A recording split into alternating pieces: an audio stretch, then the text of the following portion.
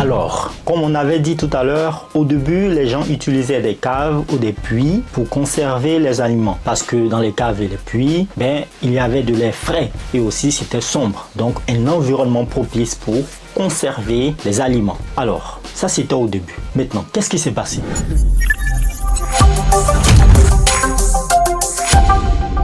Puis, au XVIIIe siècle, les scientifiques ont fait des découvertes incroyables qui vont changer la manière de conserver les différents aliments et aussi de conserver d'autres choses. Alors, qu'est-ce qui s'est passé? Ils ont fait la découverte selon laquelle certains gaz avaient des propriétés de refroidissement. Ça veut dire que certains gaz pouvaient être utilisés pour refroidir les aliments ou pour refroidir certaines choses. Dans ce cas, ils ont commencé alors à expérimenter cette nouvelle découverte. Mais c'était encore très primitif et ça nécessitait encore beaucoup de travail. Ensuite, au début du 19e siècle, les scientifiques ont développé un instrument qu'on appelle ici la glacière. Alors la glacière était un récipient qui était vraiment protégé de manière hermétique et dans ce récipient on ajoutait de la neige et de la glace fondante pour conserver l'aliment. Mais le souci avec la glacière, c'est qu'il fallait ajouter à chaque fois de la glace, il fallait renouveler la glace au sein de la glacière pour éviter bien sûr que les aliments ne périssent. Donc ce n'était pas une solution assez durable, il fallait innover. C'est alors qu'en 1834, un scientifique ou inventeur nommé Jacob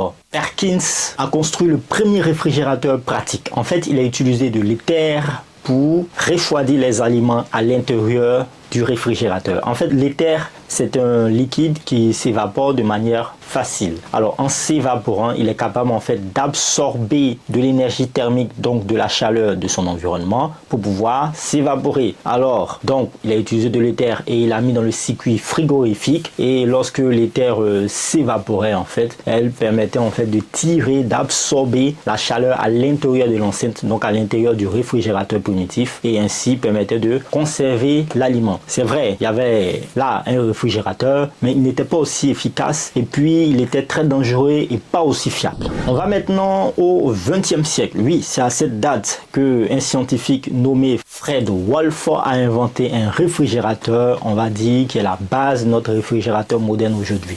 Et cela s'est produit précisément en 1913. Donc le réfrigérateur qu'il a construit, en fait, c'était un ancêtre de notre réfrigérateur domestique aujourd'hui. Alors cela signifiait que des gens pouvaient acheter le réfrigérateur, les mettre chez eux et conserver leurs aliments. Alors il a utilisé un gaz très connu qu'on appelle ici le fréon. On va voir plus tard pourquoi le fréon a été remplacé par d'autres gaz encore. Voilà, donc ça c'était encore une prochaine étape ou une évolution supérieure de notre réfrigérateur. Mais ça ne s'arrête pas là. Oui, ça ne s'arrête pas là parce que une chose qu'il ne faut pas oublier, comme on a dit, ce réfrigérateur était en fait l'ancêtre de notre réfrigérateur domestique ici. Il utilisait en fait un compresseur électrique qui avait pour but de comprimer et de décompresser le gaz qui est ici le fréon à l'intérieur de notre réfrigérateur. Donc ça va créer en fait le cycle frigorifique. On va voir qu'est-ce que c'est que le cycle frigorifique dans les vidéos prochaines. Depuis lors, les réfrigérateurs ont continué à évoluer. Ils sont devenus plus autonomes, ils sont devenus plus pratiques, ils sont devenus plus intelligents. Aujourd'hui, on a des réfrigérateurs qui ont des écrans tactiles, qui peuvent aller sur Internet. On a des réfrigérateurs qui servent de l'eau glacée à l'extérieur. On a des réfrigérateurs même où on est capable de régler le thermostat et même l'humidité. Donc, on a des réfrigérateurs modernes. Et tout ça, c'est grâce à ces inventeurs tels que Fred Wolf et Jacob